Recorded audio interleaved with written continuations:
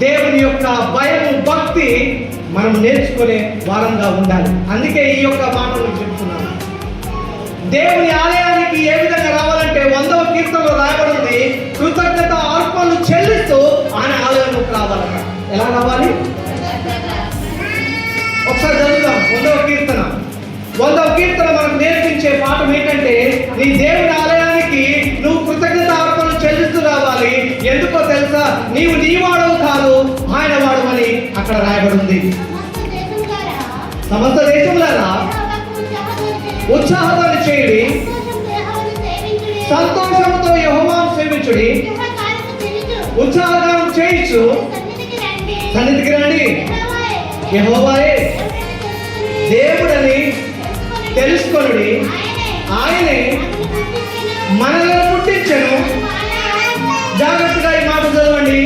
ఆయనే నన్ను పుట్టించాడు, మిమ్మల్ని పుట్టించాడు, ప్రపంచంలోని 800 కోట్ల మంది ప్రజలు పుట్టించాడు. మనము మన వారము కాదు, ఆయన వారము, ఆయన ప్రజలు. ఎవరమో మనందరం ఆయన ప్రజలము, ఆయన మేపడి గొర్రెలము. ఈ దినమున నువ్వు ఈ విధంగా ఉన్నావంటే ఆయన కృపదారిన ఉన్నావు కనుక కృతజ్ఞత అర్పణలు చెల్లిస్తూ పరిశుద్ధాలయంలోకి రావాలి. కృతజ్ఞత అర్పణ అనే పదము చాలాసార్లు దైవజనులు చెప్తారు, అవునా? కృతజ్ఞత అర్పణ అంటే మనం అన్ని ఒకటి అనుకుంటాం. అందులో 2 పదాలు దాగున్నాయి. చెప్పగలరా? కృతజ్ఞత అలాగే అర్పణ. 2 రకాల ఉద్దేశాలతో రావాలి. కృతజ్ఞత అంటే దేవునికి థాంక్స్ చెప్పడం, అంతే కదా? నన్ను కాపాడు, ఆరోగ్యంగా ఉంచాడు, నేను ఈరోజు హాస్పిటల్లో లేను, ఐసీయూలో లేను, ప్రమాదంలో లేను, ఇబ్బందికర పరిస్థితుల్లో లేను, ఇబ్బందికర ఆ యొక్క సిచ్యువేషన్లో లేను, సంతోషంగా నీ ఆలయంలో కూర్చోగల భాగ్యం నాకు దయచేస్తావని కృతజ్ఞతగా నువ్వు రావాలి. నెక్స్ట్ ఓడే ఉంది అర్పణ. అర్పణ అంటే మనం అనుకుంటాం కానుక పెట్టే వైపు చూస్తాం, కానీ అర్పణ ఏది ఇవ్వాలో ఈ దినం మనం గమనించుకోవాలి. దేవుని సేవ కోసం కానుక ఇస్తున్నావు, కానీ దేవుని మహిమపరచడానికి ఏమి ఇస్తున్నావో ఈ దినం మనం గమనించుకోవాలి. ఏమి వాళ్ళు తెలుసా? అతి శ్రేష్టమైన అర్పణ ఈరోజు నువ్వు ఇవ్వగలగాలి. అతి శ్రేష్టమైన, అతి ఖరీదైన అర్పణ ఈ దినమున నువ్వు ఇవ్వగలగాలి. ఏంట ఖరీదైన అర్పణ ఈ దినమున మీకు చెప్పబోతున్నాను.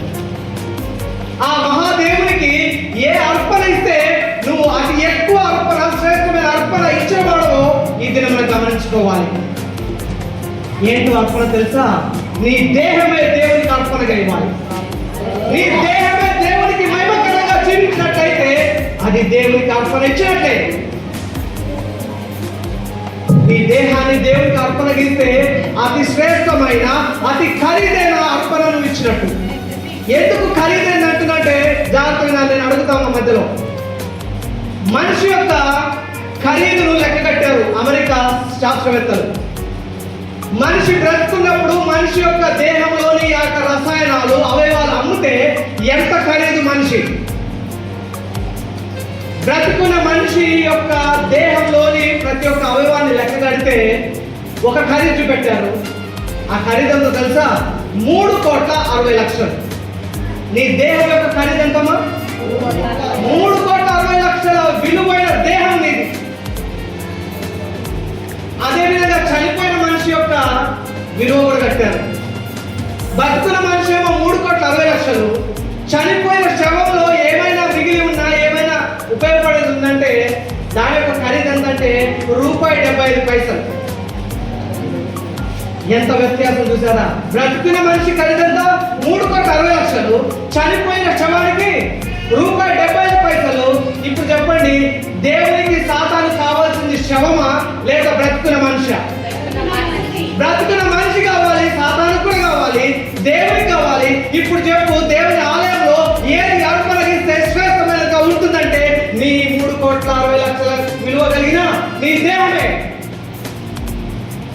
ఎంత విలువ పెట్టుకున్నాడు దేవుడు, ఎంత అమర్చాడు దేవుడి కోసము మనము గమనించుకోవాలి. దేవుని మహిమపరచవారంగా ఈ దినం మనం ఉంటున్నాము అంటే జ్ఞాపకం చేసుకోవాలి. మనం దేవుని కొరకు అర్పణగా ఈ యొక్క ఆలయానికి రావాలి. కృతజ్ఞతలు మాత్రమే కాదు, అర్పణగా నీ దేహంలో దేవునికి ఇచ్చేయాలి. అప్పుడు మాత్రమే దేవుడు ఆరాధింపబడతాడు. అప్పుడు మాత్రమే దేవుడు మహిమ